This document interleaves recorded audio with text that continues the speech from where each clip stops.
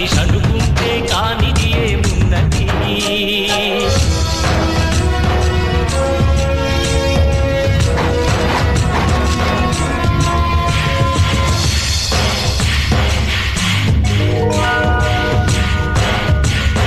చిలిపి బాలుడనుకుంటే చిటికనేలు అనుకుంటే కృష్ణుడెత్తలేడుగా గోవర్ధన భారం. సీతగాని లేకుంటే చేత కాదు అనుకుంటే విల్లు విరవలేడుగా శ్రీరాముడు సైతం. మనసుంటే కనపడదా ఏదో మాత్రం, కసి ఉంటే